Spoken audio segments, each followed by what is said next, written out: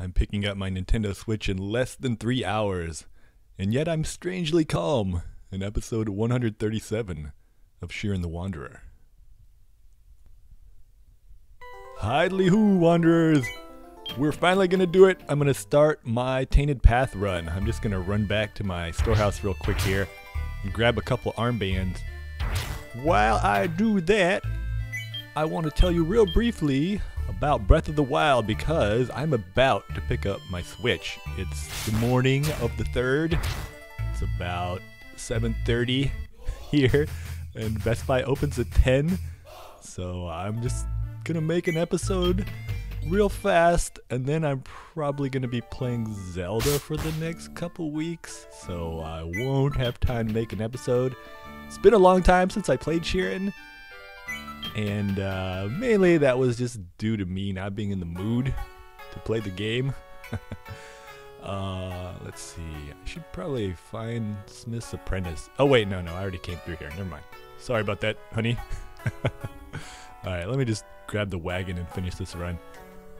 I have been super hyped for the Switch and Breath of the Wild, and if you've been watching this talk through, you probably know why. It's kind of like everything I've talked about when it comes to why people play games and why I personally play games and what I like in games. Just about all of it is sort of made real in Breath of the Wild, or the promise in Breath of the Wild. Obviously, I don't know if the game is as good as everyone seems to say it is. All the reviews are fairly glowing. It's kind of an understatement, but it's gotten tons of reviews that are like positive, more than positive, they're like perfect scores. And just to calm myself down, because I was getting a little overexcited, I went back and I read the reviews for Skyward Sword. If you go back and look at those reviews are almost, not quite as positive, but almost as positive. There are tons of perfect scores for Skyward Sword, and we all know how that turned out. And I'm not one of these guys that thinks Skyward Sword is a horrible game. It's just it turned out to be a slightly above average adventure game. Alright, definitely need Recovery Armband and Armband of Sight. I think we're good to go. I don't think there's really any way for me to die. Got an Herb Revival. Just gonna equip the Armband of Sight so no one can sneak up on me. So I think it's gonna be all good. So let's get going. Finally start this run. Been dilly-dallying for a long time. Alright, I'm just gonna power my way to the entrance to Tainted Path. The entrance to Tainted Path, if you remember, is just at the end of Table Mountain up in Golden City. And I haven't really thought about what topics I'm going to talk about in my Tainted Path run. It shouldn't take that many episodes because I'm so overpowered that I can almost just do stair runs probably through the whole thing. I think I should probably, I don't know. I don't even need to stall because my equipment is so strong. Normally I would stall a little bit with the Happy Armband to get my level up high just in case, I run into really powerful tanks. I do need a little bit of an HP cushion. But I think I should be fine by the time I get there because it takes so long to actually get to the entrance if you don't take a wagon. I don't know. I'll just play by ear. I'll see. If I feel strong enough, maybe I'll even take the wagon up there. So I am not sure what I'm going to talk about this run. I'll think about it. It's going to be a while though, because Zelda's going to take up a lot of my time. This episode though, since it's the only thing I can really think about, I'm going to talk a little bit more about why I'm so excited for Breath of the Wild, and maybe some of my fears, like what could go wrong. Because Herb of Strength, I think I could sell a couple things. Ooh, I forgot I had that Scroll of Destruction. That's good. Evil Veteran Meat too, that could save me. Yeah, I set up pretty much so that it's impossible for me to fail. Let's see if there's anything else. Pumpkin Muppet Meat. An extra Sleepless Armband, wow. Scroll of Identity, I guess that could come in handy if I find some good loot. Good staffs. Rustless Armband. I don't really need that. So I think I'll just sell that. And then I'll have enough to get that herb. Oh, strength. Let's see. Oh, wait. I should probably use it at the smith, huh? Oh, I need to talk to the smith's apprentice, too. I should look for her. Since I'm in a new run. See where... Oh, hey. There she is. Hey, baby. What? Go home? What about my dream of inserting my penis into your body? You ever think about that? Uh-huh. Aww. She has the hots for me. She doesn't want to leave, Pants Weasel. Oh, what am I gonna... Oh, let's run away together. Darling, run away with me. Oh, she's gonna do it. She's gonna marry me, Pants Weasel. All my dreams are gonna come true. But you're a wanderer? Being a wanderer is awesome. You'd have all kinds of adventures. Oh my god, you selfish bitch. Oh, I have to take care of my parents and my community. Did you ever stop and think about me? And my penis and its needs to be somewhere moist inside you? Oh, can't believe you. Gotta take care of your parents. Your parents are old. My penis is young. I can't believe I was gonna let you have my babies. Good day, madam. Whoa, that got a little dark, Pants Weasel. Another cautionary tale about the perils of being a selfish nice guy. Prone to projection. Hey, blacksmith. Oh, your apprentice just left me. What horrible lessons have you been teaching her to prioritize her family and community above her almost kind of boyfriend? But not really. Oh, alright, let's take the wagon to get past these rice changer floors.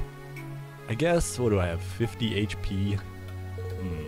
So where do I want to get off?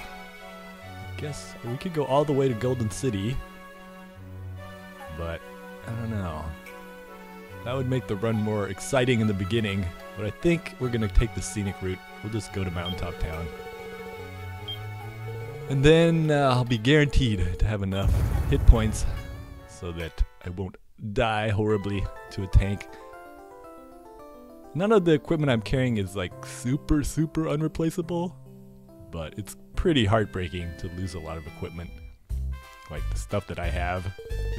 To replace all those armbands, the armband of recovery, the armband of sight, those are a little bit hard to find. Drown my sorrows at the restaurant. Eat some delicious beaver tail. Yep, delicious beaver. I've eaten tail before. On the whole, it's a very delicious meal. On the whole. It always makes me funny when people use that expression because I'm very immature. People say on the whole. On the whole, I like it. Oh, really? Do you like it on the whole? Oh, God. I don't know why I'm so immature. I'm a freaking middle-aged man. It still makes me chuckle. Alright. What was I gonna talk about this episode? Oh, duh. I almost forgot that I'm gonna go pick up the Switch soon. I want to talk really briefly about why I'm super stoked for Breath of the Wild. And it'll serve as a little bit of a review again of all the, yeah, come along with me, Ketchy. I'm all hepped up on coke and trucker pills. Alright, I finally calmed down. Hey, another blacksmith. What are the odds? Pretty good. Oh, speaking of odds, I'm gonna upload the final episode of the Deep Trap Cave, Scroll Cave run. Pretty lucky odds. I can't believe I was so sure that I was gonna die when I was standing in front of those Rice Masters. Like, I don't know. Looking back at it, I probably could have made it out of the room as a rice ball, or even just let the Ranadillo attack me. I mean, that would have been fine. I could have at least made it to a spot where I could have used the pitfall trap. But for some reason, I was just full of despair. Like, I was so convinced that it was over. Because, you know, Rocky Holder was going to take up one of my turns, and then the Rice Master was going to rice ball me. One of them was. So that was pretty exciting. If you read the credits from that episode, you'll know that the reason that the font has changed, and not much else, unfortunately, my production values aren't going to go up very much. But on my end, things are a lot better because, sadly, Craigslist PC laptop finally kicked the bucket. Just completely crashed, and I couldn't even retrieve any of the files from the hard drive. Fortunately, I back up most of my important stuff on an external hard drive, so I really didn't lose anything super crucial, like my episodes of Shiren the Wanderer. But after it kicked the bucket, I thought, wouldn't it be cool to live without the internet? Oh, there goes Catchy. Crazy to live without the internet for a while. So I did that for a couple days, and then I was like, alright, I've had enough of this. I need to go and get myself a new computer. So I just went to Costco. I got the cheapest desktop PC at Costco I could find. And the cheapest desktop PC at Costco... Alright, my old Craigslist laptop rendered an episode in, like, if it was a short episode, maybe 6 or 7 hours. If it was a long episode, literally like 12 or 13 hours, and it would crash, and I have to restart all the time. So I was like, alright, let's see how Costco PC does. This Costco PC rendered the entire episode in half an hour. It was so nice. And I know, you're like, oh, whoa, technology, Doofy. Are you actually surprised that in 8 years, computers have gotten a lot faster? Yes, I am, alright? Because I am a middle-aged man. That still blows my mind. And I'm impressed that an entire Switch game can fit on something that's smaller than like a DS cart. That's insane to me. That blows my mind. And someday, my young strawman viewer, you are going to be blown away when whatever games are downloaded directly to your brain on some kind of nanofiber. So, on an intellectual level, is it that surprising that computers are faster 8 years later? No. But on an emotional level, it just feels so good to not have my computer, like, occupied. And it could only do that. Like, if I opened any other applications, the risk of it crashing would increase many times over. I can actually have many applications running while this thing is rendering for just half an hour. So I won't have much of an excuse not to make more episodes. I'm not sure I will. Definitely not in the next couple weeks when all my time is taken up with Zelda. But after I'm done with Zelda, I know I promised I would average 1 episode a week, and I'm definitely behind schedule on that one. But I think I'll be able to make up that time. I might be able to make 2 episodes a week pretty easily for a while, because it's so much easier on my end now. You're not going to see any improvement on your end. My production values are not going to go up other than like a different font. Ooh, a different font. It's just because I'm too lazy to hunt down that old Harry Potter font that I just happen to have on that old software. The new version of Cyberlink, it doesn't seem much better than the old version. Hopefully it's a little more stable. Maybe because it's the free version that came with the computer. But I'm using the same old capture equipment and modded 3DS and $20 Fisher-Price microphone. Probably the only YouTuber who can buy a new computer and have their production values become slightly worse. But you might get more episodes because things are easier on my end. Oh my god, the episode's almost over. I haven't started talking about Zelda. Alright, real briefly, why am I excited about Zelda? Because I value exploration. Let me see. Is there anything in this storehouse that I need to meld? I think it's just an air slayer, right? Yeah, I didn't... Blast shield too. Wow, those are from a long time ago. But I've already got those melds. Alright, let me check on the cutscene. Am I finally gonna get it? No. I don't need to go to the end. I value exploration, and when we talked about the qualities of good exploration, is it dangerous? Yes, it seems like a lot of enemies can one-hit you in Zelda. Is it novel? Yeah, there's so much freedom in the game. And we talked about freedom, a sense of freedom being more important than a sense of empowerment. So you're not exactly a badass, your equipment's breaking, but you have a lot of freedom to go wherever you want and choose whatever path you want. We talked about the strength of gaming, being able to tell your own story, especially in roguelikes, rather than having a story dictated to you. And again, it seems like in Zelda, you're controlling the pace of the story. You're finding your own path. You're having unique adventures, and that's important in exploration too. That sense of novelty. Now, when it comes to meaningful rewards, I don't know. I don't know if the items are unique enough or if there are enough of them. I don't know if it's going to be fun, if you're still going to be finding interesting items that increase your ability to explore the rest of the game, 20, 30 hours in. I hope so. The reviews are pretty positive. But if you look back at Skyward Sword reviews, a lot of those are perfect scores too, and we know how that turned out. Skyward Sword is just like a slightly above average adventure game. Let's see. I'll try to make it a couple more floors so I can wrap up my discussion. So I'm a little concerned about that. Enemy variety, I'm slightly concerned about. When it comes to control though, it does seem like the control is more fine. You have more fine control over your actions. There's a wide variety, well not a wide variety, but there's a good solid set of verbs that combine in interesting ways. The enemies seem promiscuous. They seem to interact with each other to some degree. So I'm cautiously optimistic. I really hope this is going to be a good game. And I've decided, just to up the danger a little bit and increase the tension, that I'm going to play it like a roguelike. I'm going to give myself 10 lives, not a true roguelike, but 10 lives. And after I die 10 times in Breath of the Wild, I'm going to start the whole game over. So who knows, maybe that'll be really soon. But I'm going to play very carefully in that style because every life is valuable. And that's kind of the opposite of what most people do. Most people just kind of take their time the first run and play wild and crazy and experiment and die a lot. And then as they play maybe the second and third run, they put limitations on themselves. I'm going to try to switch it up a little bit. I'm gonna go rogue, literally.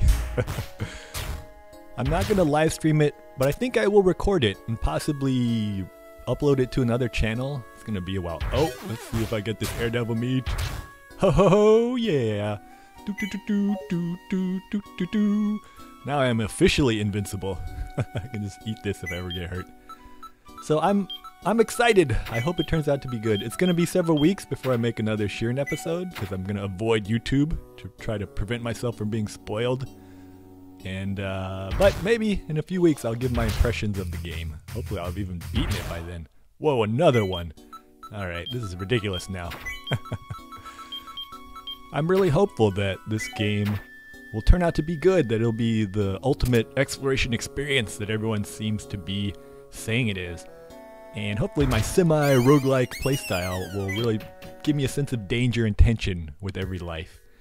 So I am pretty stoked. I'm going to go edit this episode, and then I'm going to drive out and pick up my Switch in Breath of the Wild. It's going to be awesome. Adventure awaits. So I'll see you in a few weeks, Wanderers. Bye-bye. Please don't let me down. I know I've hyped you up. I gotta have some faith in the Switch and the one good game that it's got. If you don't let me down, then I won't give you up. I would really love to learn how fun you are. For 10 lives. Your parents are old. My penis is young.